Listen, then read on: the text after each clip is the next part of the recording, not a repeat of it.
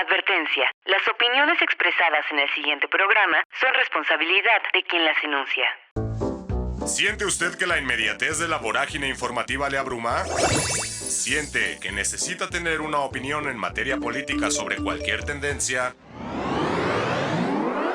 No se agobie. Las coyunturas parecieran premiar a quien reaccione primero y no a quien analice con profundidad. De dichas opiniones a bote pronto se desprende un montón de basura, toneladas de cascajo. O algo de fierro viejo que vendan. Daniel Nudelman y Claudio Martínez les invitan a levantar ese cascajo para usarlo como un pretexto que nos ayude a pensar con calma y analizar con mayor profundidad. Bienvenidos a El Cascajo de Código 21. Reciba la más cordial bienvenida a El Cascajo, el noticiero más lento del espectro informativo aquí en Código 21 y Capital 21.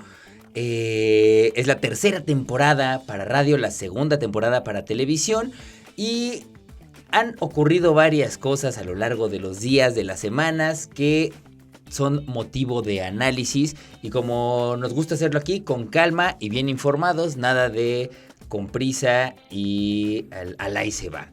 Para darle profundidad en este episodio a un tema que requiere de un análisis con todos los pelos de la burra en la mano, tenemos de invitado en la mesa, aquí en El Cascajo, a Tonatiuh Martínez. Tonatiuh, ¿cómo estás? Bien, gracias. Muchísimas gracias por venir aquí al Cascajo. Y bueno, para la banda que te está conociendo apenas, cuéntanos un poco qué es lo que tú haces. Bueno, llevo más de 10 años siendo profesor de la Facultad de Economía en el posgrado de la UNAM. Ahí imparto las materias de macroeconomía, contabilidad financiera, matemáticas financieras, temas selectos de riesgos y pues otras actividades de repente que hacemos ahí, consultorías y demás. Buenísimo, buenísimo. Y ahí en tus redes estás como Tonatiuh-88. Ahí está, Tonatiuh-88 por si le quieren ir a seguir. Y bueno, traemos a Tonatiuh, lo invitamos a este programa del Cascajo, porque pues la economía es un tema que siempre está ahí, que tiene también un metalenguaje y que a veces hace complicado que nosotros los de a pie nos enteremos de qué es lo que se está platicando o cómo ciertas cosas nos afectan a los peatones, pero queremos tratar de entender varias cositas que hay alrededor de esto y luego ya entrar en materia de asuntos puntuales, si te parece, Tonatiuh. Claro. Entonces, de entrada, ¿qué es la política económica? La política económica la podríamos definir como la serie de acciones o decisiones que toman los gobiernos, ya sean federales, centrales, ¿no? En otros países, dependiendo del tipo de gobierno, los gobiernos estatales o municipales, para tratar de influir en los mercados. Puede ser el mercado de trabajo, o mercados internacionales a través de estas relaciones del comercio exterior, ¿no? El comercio internacional, el sistema financiero. Entonces son todas las decisiones que toman los gobiernos para tratar de incidir de una u otra forma en toda la economía. Ok.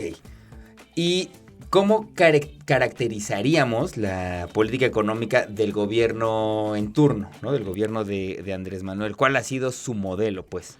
El gobierno de Andrés Manuel es un modelo completamente diferente. Hay que recordar que venimos de una serie de políticas y de décadas desde Miguel de la Madrid, ¿no? Desde el 82, que trataron de disminuir esa influencia que tiene el gobierno sobre la economía. Uh-huh.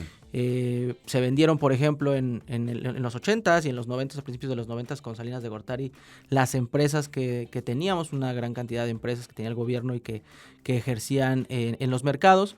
Y también otra cosa que pasaba es que se disminuyó el poder del gobierno en la economía. Uh-huh. Lo que hizo el presidente Andrés Manuel fue proclamar, por así decirlo, un nuevo modelo que se basa sobre todo en el fortalecimiento del mercado interno. ¿Cómo se fortalece el mercado interno? A través de políticas laborales importantes. Por ejemplo, incrementar el salario mínimo. Como muchos saben, vivimos décadas también, y particularmente los últimos 12 años antes de la entrada del presidente, de salarios mínimos que se mantuvieron fijos, alrededor de 80 pesos por las 8 horas que trabajaban las personas, ¿no? El presidente duplicó el salario mínimo, ya estamos hablando de que también lo dividió porque en la frontera tenemos otro salario, Ujú. y eso fortaleció bastante al poder adquisitivo de las personas. Ujú. Otra cosa que hizo fue, por ejemplo, eliminar el outsourcing, buscó eliminar el outsourcing, una práctica que subcontrata a la mayoría de los trabajadores. Tuvo políticas muy fuertes en términos de las inversiones que realizó, el Tren Maya, la refinería Dos Bocas, que ya empezó a producir en el 100% de su capacidad, que busca la seguridad energética, de seguridad alimentaria a través de, por ejemplo, dar fertilizantes directamente a los productores en lugar de hacer esta terciarización, y sobre todo la pensión de adultos mayores, que también fortalece el mercado interno a través de otorgarle a las personas adultas mayores un ingreso importante. Esta pensión, de hecho, la inició aquí en la Ciudad de México cuando era jefe de gobierno, y se le fueron encima en ese momento. Fox dijo que pues la tachó de una política clientelar, y de hecho luego Fox la tomó y la trató de llevar al final de su sexenio, la implementó. Calderón y Peña Nieto la mantuvieron como focalizada, es decir, no era universal. Ujú. Y la pensión era de cuando acabó el sexenio de Peña Nieto, era de 250 pesos más o menos al mes. Actualmente son 6,000 pesos al bimestre, 3,000 pesos al mes, lo cual ya está arriba de una línea de pobreza que mide el Coneval. Entonces, es una política de fortalecimiento a los de la base de la pirámide, como algunos la catalogan. Muy importante porque transformó la situación económica del país. Somos un país que normalmente venía la inversión porque era mano de obra barata. Ujú. Ahora ya tenemos otro tipo de condiciones que seguramente seguirán el siguiente sexenio. Ahí mencionaste varios puntos que vale la pena pues poner ahí sobre la mesa. Uno de ellos fue esta cuestión de el apoyo al adulto mayor, que en principio salió del gobierno en la Ciudad de México de Andrés Manuel. Sí. Y hubo una resistencia de parte de Vicente Fox, Sí. que en últimas fechas, curiosamente, se ha ensalzado diciendo que eso es una cosa Sí. que a él se le ocurrió. Sí. Sí, ¿Por, sí. por qué cambia tan de pronto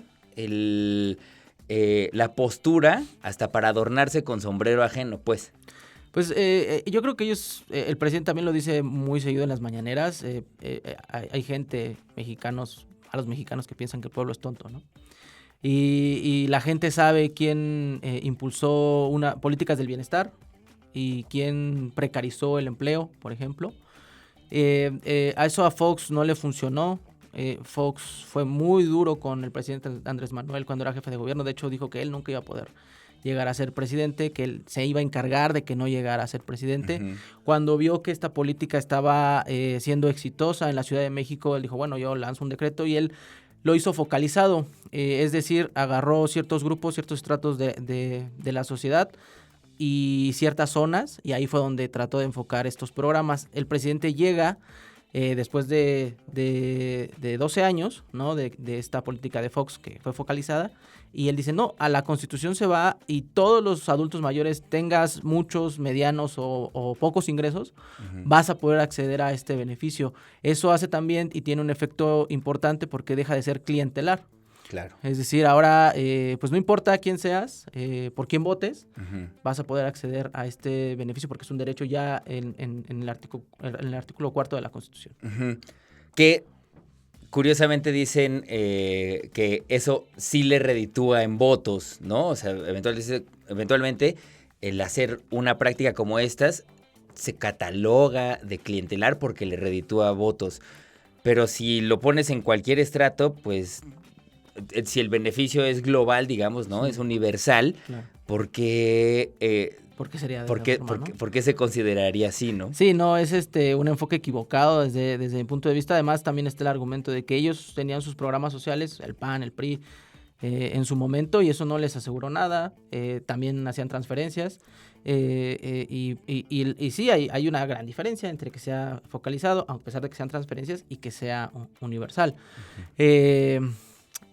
Y es un conjunto de cosas, porque estamos hablando ahorita de la política social. y de las transferencias que se hacen a adultos mayores, pero también en ese mismo paquete con el que inició el presidente en 2019 y cuando lleva la Constitución esto, también impulsó pensiones para personas con discapacidad. Eso tampoco se había ocupado los otros gobiernos, pero sobre todo la política salarial, que fue muy importante, y un reacomodo que hubo con las empresas, porque también ahí hay mucha economía política que se tuvo que hacer, que el presidente la hizo, y creo que le salió muy bien, porque los empresarios incluso, yo creo que hay muchos que son beligerantes y están en contra en medios del gobierno, pero al empresario le ha ido bien. La economía mexicana creció bastante después del COVID y la creación de empleos ha sido de manera constante a lo largo de los meses. Sí, no faltan los que quieren seguir sin pagar sus impuestos, ¿no? Claro, sí. Un ejemplo muy particular, ¿no? Creo que le chocaron su yate apenas estaba en París y el de Steve Jobs, él colisionó, un pequeño choque ahí que lo subió a sus redes. Un talloncito. Ajá. Y esa es una política también que antes había de condonación de impuestos. Y es importante también explicar una parte de esto que luego no se dice. Los gobiernos anteriores condonaban impuestos. Pero de cualquier forma necesitábamos recursos y necesitaban ellos recursos para ejercer cierto tipo de políticas, acciones, pagar la nómina y demás. ¿Cómo le hacían condonando tantos impuestos? Hubo un boquete que se comenzó a generar en las empresas productivas del Estado. Endeudaron a Pemex, por ejemplo, de manera muy importante. La endeudaban y le sustraían todos esos recursos para el erario y poder gastarlo en distintas cosas.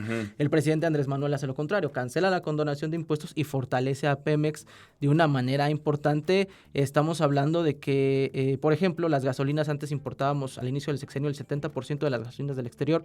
Es decir, teníamos riesgos importantes por volatilidad en el tipo de cambio o por conflictos geopolíticos, y actualmente ya con Dos Bocas estamos generando o importando abajo del 10%. Entonces eso es otra política económica muy fuerte que busca justo la seguridad energética para el desarrollo económico del país. Y otra de las cosas que mencionabas era todos estos apoyos, ¿no? Todas estas como medidas alrededor de las becas, el apoyo a adultos mayores, el salario mínimo ha aumentado hasta el punto en el que está ahora. Se vaticinaba que eso era una cosa insostenible y que eventualmente nos las íbamos a ver negras. La pregunta es, ¿nos las vamos a ver negras en algún punto, como nos lo advirtieron, o estamos viendo que esas medidas tienen una funcionalidad y va hacia otro lado? No, yo creo que una de las variables que podemos considerar para saber si estamos no en una situación negativa, tener una perspectiva general, es el nivel de inversión que llega al país. Si estuviéramos en una situación distinta, de riesgo importante, los inversionistas grandotes ya estarían fuera, estarían sacando sus recursos, los propios inversionistas nacionales estarían cerrando empresas. Estamos viendo incremento en el número de empresas, incremento en el número de empleos, la tasa de desempleo está en niveles mínimos históricos, el salario promedio del IMSS de las personas que cotizan en el Instituto Mexicano del Seguro Social está en máximos también, a pesar de la inflación. Está creciendo en términos reales, es decir, tenemos la mayoría de las personas que cotizan en el mercado formal tienen ingresos superiores a su crecimiento superior al de la inflación. Entonces, hay muchas cosas que nos dicen que no está pasando. Nearshoring, que es la famosa relocalización de empresas, pues es un fenómeno que ya está tomando lugar, lo vemos en distintos indicadores, como el índice de capital fijo bruto, está creciendo. Entonces, no parece que hayan tenido razón estas personas que decían que íbamos a la catástrofe. Oye, y una cosa más, Tonatiuh, platícanos. Ya platicamos, ya nos pusiste al tanto de las políticas económicas del gobierno de Andrés Manuel, y las propuestas en materia de política económica de Claudia Sheinbaum se alejan, van por una misma línea, tienen sus propias características. ¿Qué sabemos hasta ahorita de la virtual presidenta electa? Bueno, para hablar de los salarios, por ejemplo, ella continuará incrementando el salario mínimo hasta 2.5 veces la canasta básica, así está planteado en el programa de 100 Pasos para la Transformación. Tiene un programa muy ambicioso de fortalecimiento tanto a Pemex como a CFE, que son cosas que también hizo el presidente Andrés Manuel, pero ella pues es física de licenciatura y tiene una maestría y un doctorado en energías, entonces sabe muy bien del sector y ella le está apostando, claro, a mantener una plataforma petrolera sólida, pero a incrementar el número de energía generada a través de energía limpia. ¿No? Entonces ya me refiero a generada por hidroeléctricas, fotovoltaica, eólica, geotérmica. Entonces sí tiene cosas muy parecidas, claro, es el mismo movimiento.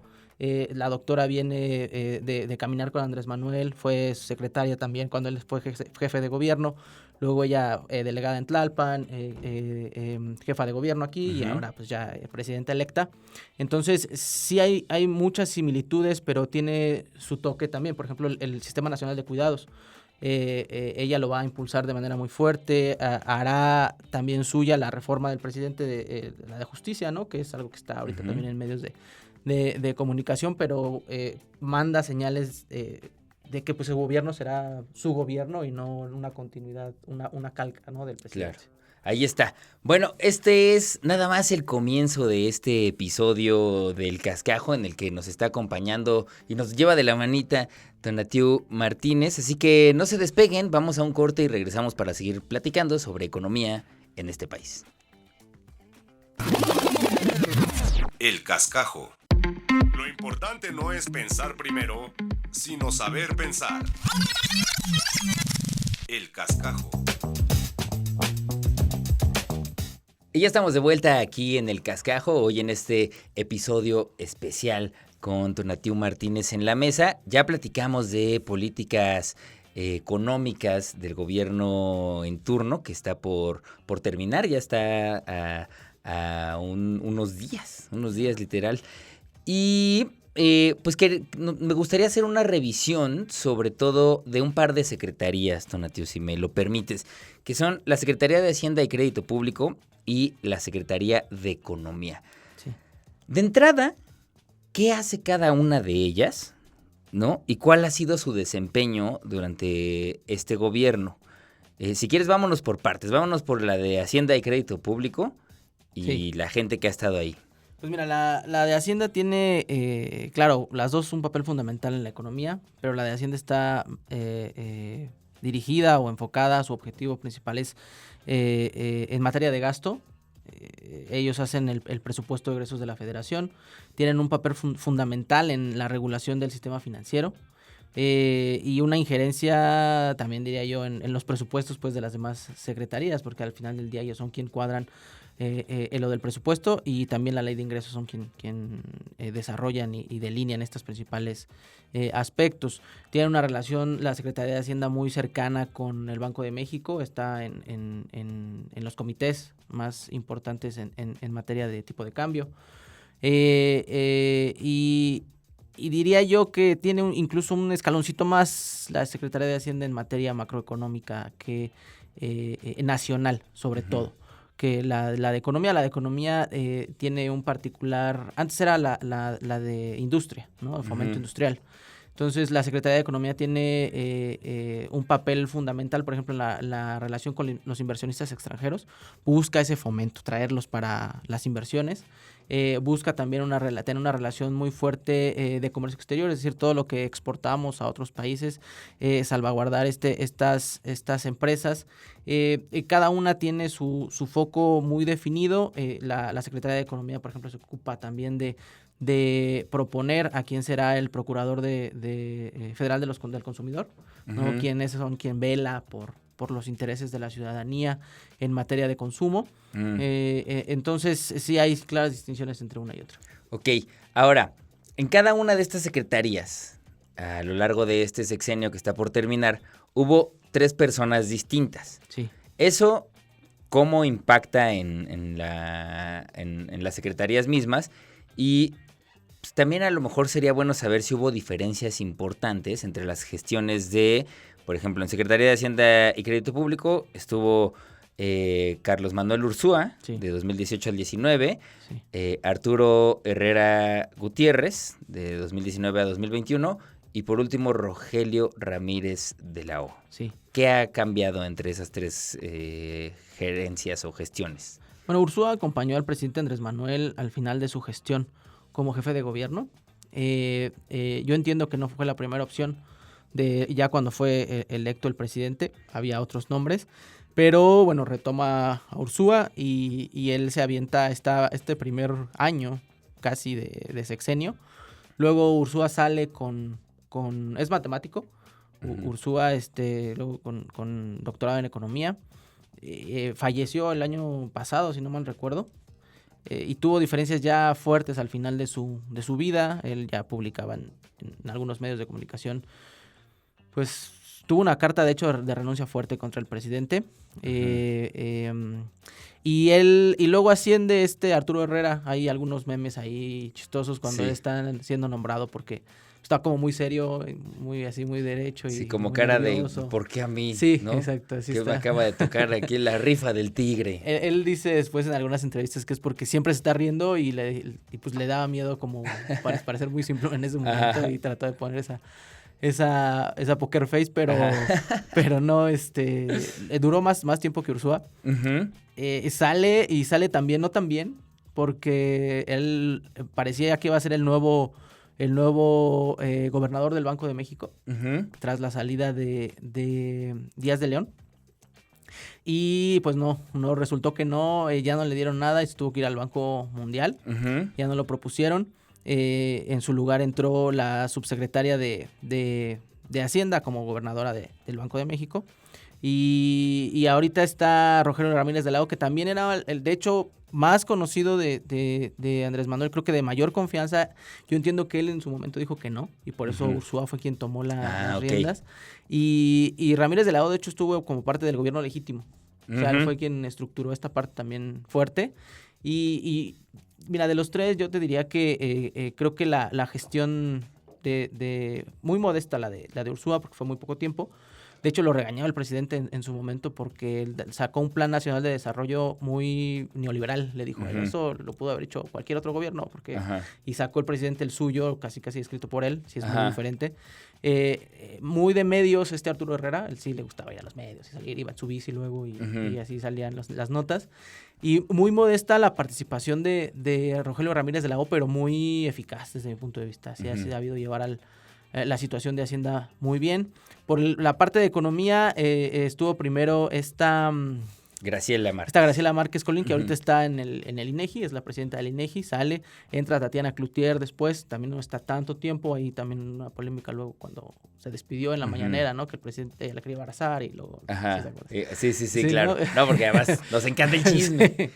Y actualmente está Raquel Buenrostro, que es una magnífica funcionaria. Ella empezó como oficial mayor en este gobierno. Claro, había participado en la Ciudad de México y lo ha hecho increíblemente bien. Estuvo en el SAT. Ella fue quien se peleó con los empresarios. Fue durísimo Salinas Pliego con ella. Ella, evidentemente una persona muy fuerte, íntegra y que supo manejar las cosas muy bien. De hecho, el SAT es una de las cosas que nos ha funcionado mejor, ¿no? El cobro de impuestos.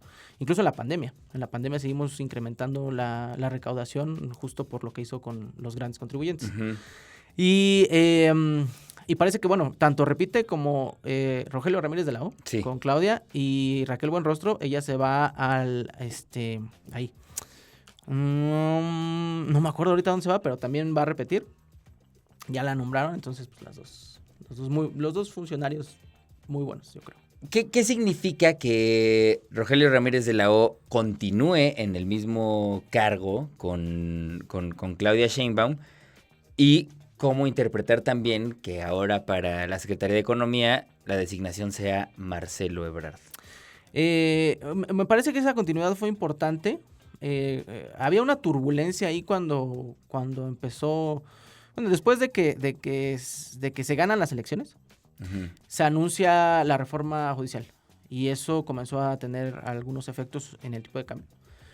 La doctora salió a enfrentarlo con el nombramiento de Rogelio Ramírez de la O para tratar de calmar la situación, que él comenzara a hablar ya de parte de ella con los inversionistas, con los empresarios. Creo que tuvo éxito, porque ahorita, el tipo de cambio sigue un poco arriba de como estaba antes de la elección, pero no sé qué tanto dure tampoco. O sea, yo creo que a lo mejor es un proceso de transición en el que va a vivir Rogelio Ramírez de la O. Va a mantenerse a lo mejor un año y medio, y después habrá algún cambio ahí de personas más cercanas a la doctora. Ya me acordé, Raquel Buenrostro se va a la función pública. Claro, se va a la función pública. Y Marcelo Ebrard, bueno, se supone y se dice que él va a estar porque tiene que enfrentar la renegociación. No es renegociación, es revisión del TEMEC. Seguramente ganará Trump por cómo están las cosas en Estados Unidos, aunque se ajustaron recientemente las encuestas. Pero él le tocará. Como mencioné hace un momento, la Secretaría de Economía es quien ve la parte del comercio internacional. Entonces, la designación de Marcelo Ebrard en ese lugar me parece estratégica para la renegociación. ¿Quién sabe después de la renegociación, de la revisión, si sigue? ¿No? Eso ya también lo veremos porque es luego política. Oye, Tonatiuh, por último de este bloque, en diferentes ocasiones, tanto Andrés Manuel López Obrador como Claudia Sheinbaum Pardo han dicho que las finanzas y la economía en México son sanas. No veo manera de que puedan decir lo contrario, ¿no? Pensando en que pues son gobierno, ¿no? Bueno, uno es gobierno y la otra está por serlo, y si no lo dijera también podría ahuyentar a la inversión privada y a gente que pues tiene aquí puesta su feria, ¿no? ¿Qué tanto es real que existen esas finanzas sanas y qué tanto puede ser más una parte de discurso? Pues fíjate que una de las cosas que creo que le reconoce la mayoría, y se lo reconocía hasta todavía al presidente, al gobierno y su administración del presidente Andrés Manuel, es el manejo de las finanzas públicas en casas de análisis, grandes inversionistas institucionales. Dicen que las finanzas en México se manejan muy bien. Indicadores importantes, por ejemplo, el nivel que mantenemos de deuda PIB. Japón, que acaba de ser epicentro del Black Monday, ¿no? Es el país más endeudado del mundo, ¿no? 2 veces el tamaño de su deuda de su Producto Interno Bruto. Nosotros la mitad, y ellos son la tercera economía a nivel mundial. Entonces el tamaño del Producto Interno Bruto de Japón es muy, muy grande. Wow. Cómo reacomodó y cómo incrementó los ingresos el presidente también se le reconoce muchísimo. En general, lo que se le critica actualmente es el nivel del déficit. El déficit es la diferencia entre mis ingresos y mis gastos, ¿no? Eso se mantuvo de manera muy reducida en los primeros 4 años del sexenio. Y ahora se amplió el nivel del déficit. Tampoco nada escandaloso, y tiene una razón económica, que es para terminar y concluir de manera perfecta antes de que inicie la administración de la doctora, las grandes obras. Entonces, por eso se manejó el presupuesto de tal forma, pero de hecho con la conclusión de las mega obras del presidente Andrés Manuel, el déficit nuevamente va a ser muy menor. Entonces, sí hay también variables que nos dicen que sí hay una muy buena administración del presidente. O sea, en este último jaloncito del sexenio para terminar obras, se hace una apuesta mayor en términos de presupuesto, sí. Y eso desacomoda, digamos, como la constancia. La que traía. ¿No? La que traía. Una vez resuelto esto, porque además no se puede seguir gastando en algo que ya se entregó, ya se ¿no? Todo tiene que volver a ajustarse. Se va a ajustar nuevamente a la baja el nivel del déficit, pero seguiremos con una tendencia positiva en el crecimiento de los ingresos, tanto por el crecimiento del Producto Interno Bruto, por la forma en cómo estamos recaudando actualmente los impuestos, y sobre todo porque hay una estrategia también en los 100 puntos de la doctora para desarrollar el siguiente sexenio, en el plan, que habla de una digitalización de los procesos y reducción de la burocracia a nivel federal muy fuerte. Y eso le va a tocar a Pepe Merino, que ya lo nombró, ¿no? Que va a encabezar esta agencia digital. Entonces también yo creo que ahí va a haber muchas eficiencias y vamos a tener todavía mayor control sobre el nivel de ingresos que haya para la hacienda pública. Buenísimo. Tonatiuh, vamos a un corte más y regresamos para seguir platicando sobre la economía en este país. ¿Qué ha pasado? ¿Qué se viene? Esta última turbulencia que ya pusiste ahí la tachuela en el corcho. Vamos a tocarla ahorita de regreso. Después de este corte, están en El Cascajo. El Cascajo. Las opiniones son como la cola. Todos tenemos una. El Cascajo.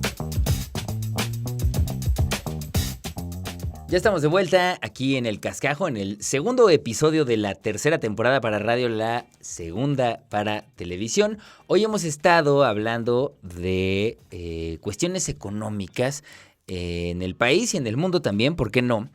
Gracias a que Tonatiuh Martínez aceptó venir aquí al Cascajo a hacer el paro y a poner, pues, sobre todo los puntos sobre las IES. Y bueno, ya medio que se tocó de pasadita en el bloque anterior que el lunes 5 de agosto pasado se calificó como un lunes negro o Black Monday para los mercados bursátiles. Y nos gustaría de entrada pues saber qué es lo que pasó. ¿Por qué? Sí, pues mira, lo que pasó fue que el lunes ya abrimos con movimientos importantes en Asia, sobre todo, particularmente en Japón. ¿Qué pasó en Japón? Japón es una economía de la tercera a nivel mundial, como decíamos, en medida en términos de Producto Interno Bruto, pero que tiene ellos más bien problemas de deflación. Es decir, su inflación hasta hace algunos años era negativa, ellos más bien veían para abajo. Ajá. ¿No? Y ellos lo que hacían era mantener la tasa de referencia que dicta su banco central en cero. Eso es importante porque cualquier movimiento en la tasa de referencia de los bancos centrales afecta el crédito en la economía en general. Lo que pasó en Japón fue que incrementaron la tasa de referencia de 0 a 0.25%. Y la economía, el mercado, uno de los mercados financieros más importantes para hacer carry trade es un proceso financiero que implica pedir prestado barato e invertirlo en otro lado, ¿no? Uh-huh. Como allá te cobraban 0, por así decirlo, por lo que tú pidieras prestado. Uh-huh. Digo, no 0, pero muy cercano al 0. A una tasa muy baja. Ante aumentos de la tasa de interés, la tasa pasiva de interés, comenzaron a salir capitales, ¿no? Ya comenzó a haber mucho nerviosismo. Eso, no nada más pasó eso. Eso pasó el domingo, porque estamos algunas horas desfasados. Uh-huh. Abre el lunes con una noticia también importante desde Estados Unidos, que es, no se crearon tantos empleos como se esperaba que se iban a crear. Se esperaba que se crearan 175,000 empleos en la última revisión y se crearon 114,000. Entonces eso aumentó el miedo en general de una recesión en Estados Unidos, la economía más grande a nivel mundial, ¿no? Uh-huh. El nivel de consumo es muy fuerte en ese país. Y entonces comenzaron en picada a caer distintos índices. El Nikkei, el de Japón, claro, ahí empezó todo. Luego los de las tecnológicas, ¿no? Que tenían, bueno, el mismo Standard & Poor's, que es otro índice importante de la bolsa de Estados Unidos, una de las dos más grandes, cayó y tenía 370 y tantas días, que solo subía. Entonces se ajusta hacia abajo. Tampoco las caídas fueron tan grandes. Estamos hablando de que cayeron en Asia entre el 12%, el 6%, el 10%, los índices principales. Uh-huh. En Estados Unidos igual. México en realidad no se vio muy afectado porque tenemos una bolsa muy pequeña, ¿no? A menos de 150 empresas. Entonces, en realidad no estamos en ese sentido tan grandes en el nivel de la valoración de las empresas cotizadas en bolsa. Pero eso ya se está revirtiendo actualmente. O sea, ya estamos viendo que nuevamente está subiendo los índices. E incluso el peso, que tuvo una situación negativa en ese momento, ¿no? Subió bastante, ya está alrededor de los 18.50 actualmente. Sí fue un momento crítico por lo que pasó en Japón y la nota de los empleos, pero en realidad no estamos viendo algo como lo de la crisis de 2008-2009, que ahí sí fue una catástrofe de meses, ¿no? Sí. De pérdida de empleos muy grande. ¿Y qué significaría una recesión económica? Implicaría que la economía de uno u otro país está dejando de crecer. Uh-huh. En realidad está decreciendo. Okay. Entonces, si un país tiene un PIB de 100 pesos, 100 unidades monetarias, Ujú, y al siguiente año pasó de 100 a 110, pues creció 10%, ¿no? ujú. Pero si al siguiente año bajó a 108, pues estamos viendo ahí entonces una caída, ¿no? Ujú. Se mide por trimestres. Ujú. Se supone que 2 trimestres consecutivos de caída del Producto Interno Bruto. Tampoco es una definición técnica. En realidad no existe una definición generalmente aceptada de lo que es una recesión, Ujú. ¿no? Pero se dice que si hay 2 trimestres consecutivos a la baja, podemos estar hablando de una De recesión. una recesión. ¿Y eso cómo afecta directamente a ti, a mí, a las personas que nos están viendo y escuchando? Si es en México, bueno, si es en cualquier país, lo que pasaría es una pérdida de empleos. Ujú. Entonces ahí es como uno podría decir, se está, no, estamos destruyendo, se está destruyendo el empleo o salarios más bajos, Ujú. ¿no? Porque como no están contratando tantos, o hay tanta mano de obra disponible, pero no hay una demanda fuerte por esta mano de obra, entonces se abarata. Ah, ok. Eso sería como lo más directo que uno podría decir. Ya después incluso podríamos ver otros efectos como incrementos fuertes en la inflación, demás, pero eso ya son procesos de estanflación, un tanto diferentes. Claro. Ahora, si la recesión fuese en Estados Unidos, ¿cómo impacta eso en México? Porque ahorita hablabas de si esto pasara dentro del país, ¿no? Sí. Es nuestro principal socio comercial, ¿no? En la economía de México, el comercio internacional ya es superior al 84% con Estados Unidos. Somos su principal socio comercial también. Lo que nosotros exportamos es demasiado. A ellos nosotros también compramos mucho, es decir, importamos muchos productos. Si comienza a haber una recesión y hay una caída fuerte de la economía de Estados Unidos, nos pegaría en estas variables. Y si hubiera en otra parte del mundo, si la recesión fuera en Europa, no veríamos una situación tan fuerte, pero al tener una relación tan estrecha con Estados Unidos sí podría afectarnos. Ok. Y bueno, ahí en todo este revoltijo, ¿no? Esta vorágine alrededor de el Black Monday, se ha estado mencionando mucho el concepto de los BRICS. ¿Qué son los BRICS y por qué se habla tanto de ellos? Los BRICS son una suerte de frente que le hacen países del sur-sur. O sea, son de hecho el acrónimo de Brasil, ¿no? Ujú. Rusia, India, China y Sudáfrica, ¿no? Esos son los BRICS. Y son países del sur-sur que tratan de una u otra forma, de la periferia, por así decirlo también, de hacerle frente a los organismos internacionales de las economías más desarrolladas. Podría ser el Fondo Monetario Internacional o el Banco Mundial, estos instrumentos de países, de potencias muy grandes, manejados por Estados Unidos principalmente, y que, estos gobiernos se han puesto de acuerdo para también tener cierta solvencia y hacer frente a este poderío que tiene en el sistema financiero internacional, estos dos grandes entes.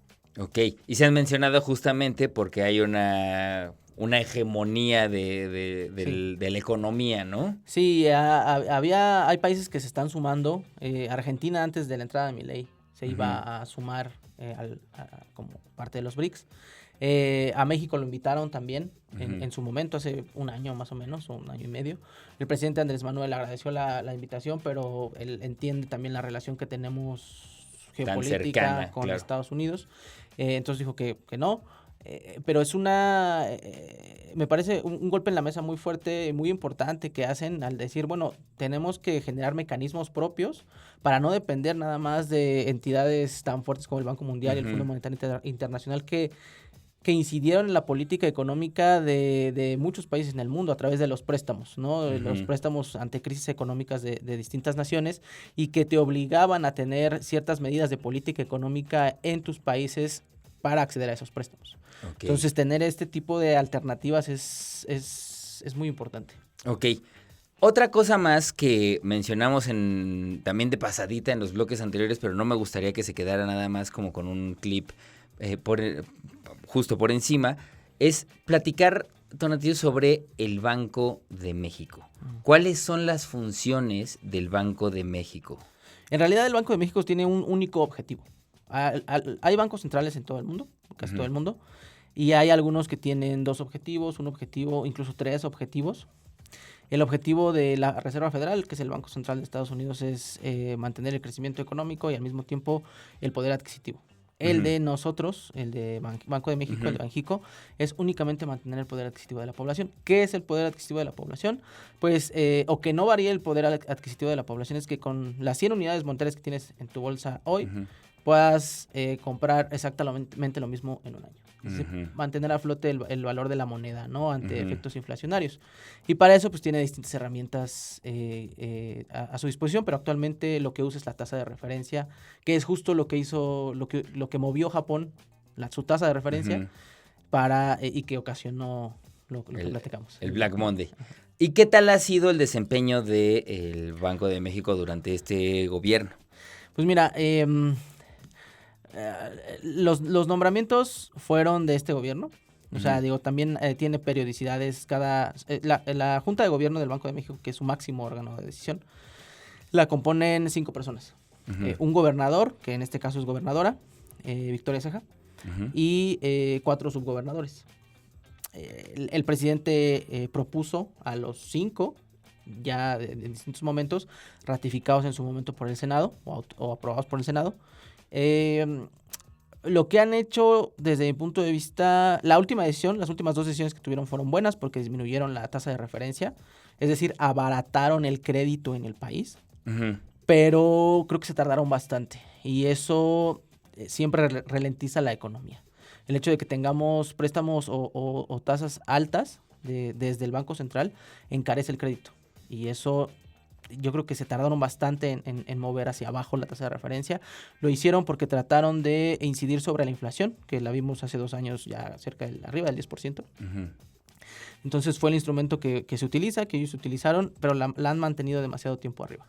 Ok, va, buenísimo. Y regresamos para el abogado del diablo, aquí en el Cascajo de Código 21 y Capital 21. El abogado del diablo.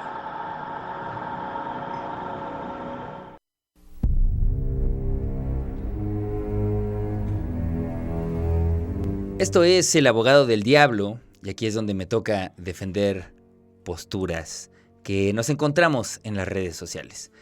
Marta Bárcena escribió en El Heraldo de México que hay crisis por doquier, que afectan a México y a sus ciudadanos. Estamos cerca de una gran conflagración y debacle económica, pero en México festejamos una refinería que contamina y no produce. Eso dice Marta Bárcena Coqui. ¿Qué tienes que decir al respecto, Tonatiuh Martínez? Pues en realidad los niveles por ejemplo, de desempleo son mínimos. Como ya dijimos, el crecimiento del salario real es importante en este sexenio. El nivel de empleo también sigue siendo muy alto, más alto que en cualquier otro sexenio. No hay salida de inversionistas por ningún lado. O sea, no hay cómo sostener esa parte. Y pues la parte de Dos Bocas ya es una realidad. Ya estamos refinando al 100%. Entonces, no es una obra de este tipo, no puede construirse de la noche a la mañana. Y se construyó en tiempo récord. Hubo muchas críticas porque, y dijeron que ya va a empezar y no empieza. Claro, pasa por etapas preoperativas, pasa por distintas fases que cualquier gran proyecto de inversión necesita, sobre todo una refinería, y ya estamos viendo resultados, entonces creo que por ningún lado. Otra cosa que se menciona mucho o que se ha mencionado a lo largo del sexenio es el superpeso, ¿no? Como bien dice Pascal Beltrán del Río, este otro prócer de la democracia, que dice, qué decepcionante debe ser que el único logro, entre comillas, económico de este sexenio se les haga polvo ahora que el peso estuvo hasta en 20.20 pesos por dólar el domingo 4 de agosto. Fíjate que el presidente lo recibió arriba de esa cantidad, creo que cerca de 21. Entonces seguimos todavía con apreciación sobre ese nivel, ¿no? Entonces sí vimos niveles de 16.50 en este sexenio. Estábamos regresando a valores que estaban desde 2015. Y la tendencia que estamos observando recientemente pues es que está regresando a un nivel de 18.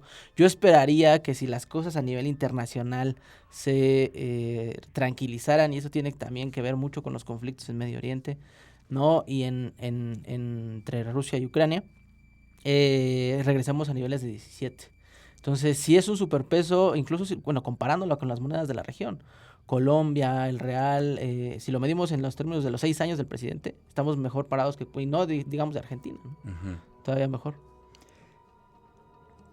El triunfo arrollador de Claudia Sheinbaum también trae un poco de potenciales cambios legales que se han propuesto, al grado de que el principal indicador de la Bolsa Mexicana de Valores ha perdido más del 15% valuada en dólares en lo que va del año.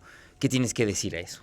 Que es esperado si vemos la depreciación que ha tenido el peso, pues que estábamos, decíamos, ¿no? En 16, llegamos a niveles de 16. O sea, no es que estemos viendo un quiebre de las empresas en la bolsa, ¿no? O una pérdida de su valor de capitalización. Si lo medimos con respecto a una moneda que pues ahorita está teniendo turbulencias como todas las monedas de países emergentes, pues vamos a ver esta situación. Pero es jugar con los números, me parece. No es una apreciación verdadera del valor de las empresas más grandes en el país, porque en realidad quien cotiza en la bolsa son los grandotes. Estamos hablando ahí de Carso, ¿no? De estos grupos gigantescos que en ningún lado están por quebrar, ¿no? No vemos nada de eso. Ahora, todas estas potenciales modificaciones a la Constitución que vienen con el triunfo avasallador de Claudia Sheinbaum y de la Alianza, pueden cambiar las reglas para muchas empresas, incluso Estados Unidos y Canadá podrían abrir juicios internacionales en contra de México por violar el TEMEC, y esto también lo dice muy bien Carlos López Jones. Aun cuando no hubiera paneles, las inversiones que podrían llegar al país y crear nuevos empleos estarían en riesgo de no concretarse si se aprueban los cambios, lo que a su vez generaría una menor recaudación. Los cambios que está presentando el actual gobierno no van en ese sentido, no son para afectar a las empresas, sino para llevar justicia a la mayoría de la población, ¿no? Es una reforma judicial que busca aterrizar al Poder Judicial donde debe de estar, que es con el pueblo, ¿no? Y no del lado de potentados, por así decirlo, y no va en ese sentido la reforma. Ahora, si estuvieran viendo las empresas algo negativo en ese sentido, o que una variable internacional muy fuerte nos fuera a afectar, pues ya hubieran salido. Pero estamos viendo, por ejemplo, que la capacidad instalada de las empresas está creciendo en el país, eso lo mide el INEGI a través del indicador bruto de capital fijo, o el nivel de ocupación de las naves industriales en el Bajío y en la frontera está casi al 100%. Estamos viendo niveles de inversión muy fuertes y que seguramente seguirán llegando porque, por muchas cosas, pero sobre todo porque estamos a un lado de la principal economía del mundo con un poder adquisitivo per cápita muy fuerte. Vivimos en una economía capitalista, consumista, y las empresas están tratando de acercar su producción a ese gran mercado que tienen a un lado, ¿no? Ahora, que las empresas no se hayan ido todavía no significa que no se irán, porque, a ver, el 90% de los empleos en México los crea la inversión privada y solamente habrá inversiones si hay confianza en el gobierno. ¿Qué tal que los cambios a la Constitución le quitan confianza y los inversionistas se llevan su feria? Yo lo veo muy difícil. Por ejemplo, un índice que nos ayuda a medir esto es el INVI. No mide justo el riesgo de los países acá en América Latina y no se ha movido bruscamente, ¿no? Una de las principales variables que las empresas toman para desarrollar grandes proyectos de inversión es la cuestión social. Claro, no van a ir a países, las empresas donde hay un desorden, conflictos fuertes, donde la gente está en contra del gobierno porque saben que eso sí frena las inversiones. Somos un país, a diferencia de muchos otros, ¿no? Con el respeto que me parecen todos, que tenemos una cuestión social fuerte y pues que a las empresas les interesa mucho. Pues con esto cerramos El Abogado del Diablo, aquí, al cascajo. Entre los numerosos lugares históricos de Grecia, la ciudad de Delfos solía congregar un sinnúmero de adivinadores, videntes, sacerdotes y pitonisas. En la actualidad, el oráculo ha encontrado una nueva manera de expresarse a lo largo y ancho del planeta en las diversas redes sociales. Son incontables las pitonisas y videntes que aseguran en sus publicaciones saber exactamente qué pasará en el futuro. Acompáñenos a ver qué tanta certeza hay en las declaraciones de estos ejemplares. Esto es La Pitonisa en el Cascajo.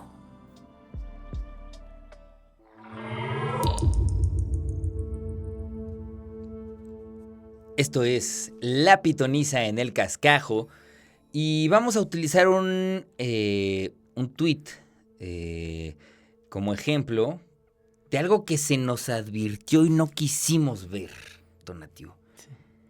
Chumel Torres, el 9 de julio de 2019, dijo lo siguiente: 2 palabras, compren dólares. Esto lo hizo después del comunicado de Carlos Ursúa, que dejaba el puesto de secretario. Entonces, se nos advirtió y no quisimos verlo. En ese momento nos dijeron, compren dólares, y apenas el 4 de agosto, el dólar estaba en 20 pesos.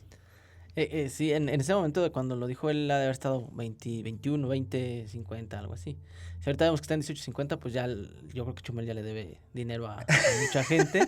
Pero el problema yo creo que no es él, sino los expertos. Ajá. Yo hoy publicado, me peleaba con alguien en Twitter que es Alberto Coutinho, que es el que lleva toda la parte económica de Moody's International Analytics, bueno, para la parte de Latinoamérica, ¿no? Una empresa dedicada justo a esto. Uh-huh. Él en 2022 hace un pronóstico y dijo, el peso se va a depreciar al final de 2022 20%. Y si no lo hace este año, lo va a hacer el siguiente 20%. Y si no es este año, tal vez en el 24 sea 20%. Uh-huh. Pues es más bien una futurología. Claro. En algún momento se va a depreciar el peso tanto, ¿no? O sea, lo que dice Chumel, bueno, da risa. Lo que dicen los expertos luego me preocupa, ¿no? Porque es con lo que toman. Claro, porque Chumel no es un experto en economía. No tendría por qué saberlo. Sí. Es algo que le sonó. Sí. ¿No? Como que dijo, a mí se me hace que se puede poner difícil, compren feo. Dólares, sí. ¿no? Pues ya le debe dinero a mucha gente. Sí, si la gente fue y le hizo caso, pues ahorita están metidos en un problemón. Pero, ¿por qué hay tanto empuje de esperando a que esto ocurra? Como si, estuvimos acostumbrados por lustros a ver cómo el dólar se iba haciendo cada vez más caro. Sí. Entonces, a lo mejor por pura inercia es natural suponer que va a volver a ocurrir. Nunca hemos visto que no pase hasta en últimos años. Sí, es una situación que también nos ha demostrado la Cuarta Transformación, cómo puede valorarse el peso sobre el dólar. Y como tú dices, lo vimos, con Peña Nieto, pasó de 12 y tantos a 20. A 20. Entonces ahí y no se espantaron, creo que estos no dijeron nada en su momento, ¿no? Y no nada más él, por ejemplo, Gabriela Schiller, que es la economista en jefe de Banco Base, me parece, todo el tiempo está pegando, y el superpeso, ¿y dónde está el superpeso? Bueno, si lo mides diario y así, cuando pasa algo a nivel internacional, pues a lo mejor tendrás razón de que se pudo depreciar 3%, ¿no? Pero luego me parece sí de muy mala leche que están esperando eso. A lo mejor son recomendaciones que ellos mismos les hacen a las personas que los escuchan, a los inversionistas que están con ellos y bueno, tratan de defender su trabajo. Pero la realidad es que sí tenemos una moneda muy fuerte, apuntalada por sólidas variables macroeconómicas, por finanzas públicas sanas y por una transformación de la economía. Dejamos de ser una economía que traía la inversión por mano de obra barata. Y ahora estamos apostando por una reestructura del mercado interno muy fuerte y yo creo que eso los mercados lo valoran. Además, nuestra moneda es muy líquida. Se compra mucho en los mercados internacionales. El Banco de México tiene autonomía, es decir, tenemos también instituciones ya formadas de cierta trayectoria que nos ayudan mucho en ese sentido. Pues ahí está. Con esto cerramos la Pitonisa en el Cascajo. Y pues no me queda más que agradecerte infinitamente, Tonatiuh, que hayas decidido venir a platicar con nosotros aquí al Cascajo. Esta es tu casa cuando gustes. Por favor, ven a darnos luz. Y pues no sé si tengas algunos comentarios de cierre, de conclusión y despedida para este Cascajo. Pues me parece muy importante la decisión que tomó la mayoría de la población de continuar con un proyecto que le apostó a la economía de las personas y no a la economía de las empresas. Claro, el presidente, el lema es primero los pobres, pero no nada más los pobres, sino todos, ¿no? Ujú. Claro, atender las necesidades de la mayoría de la población fue muy importante para transformar el país, y en el siguiente sexenio creo que se verán cosas muy interesantes porque la doctora se ve que tiene planes muy ambiciosos para la nación y está formando un equipo muy sólido. Entonces yo creo que nos va a ir muy bien también los siguientes 6 años. Pues ojalá que sí, y si no ya te traeremos para aquí, que platiquemos. Te vamos a poner en la pitoniza en el cascajo. ¿Saben qué dijo Tonán? Es cierto. Son deseos, no está vaticinando, pero está suponiendo que con base en lo visto, Sí. ¿no? Es posible. Pues ahí está, Tonatiuh, muchísimas gracias. Gracias. Muchísimas gracias a toda la banda de producción. Gracias, Pau, que estuvo ahí en controles. Y nos vemos y nos escuchamos la próxima semana aquí en el cascajo de Código 21 y Capital 21. Esto ha sido todo el cascajo de esta semana. Nos escuchamos en la siguiente emisión con menos basurita y más información.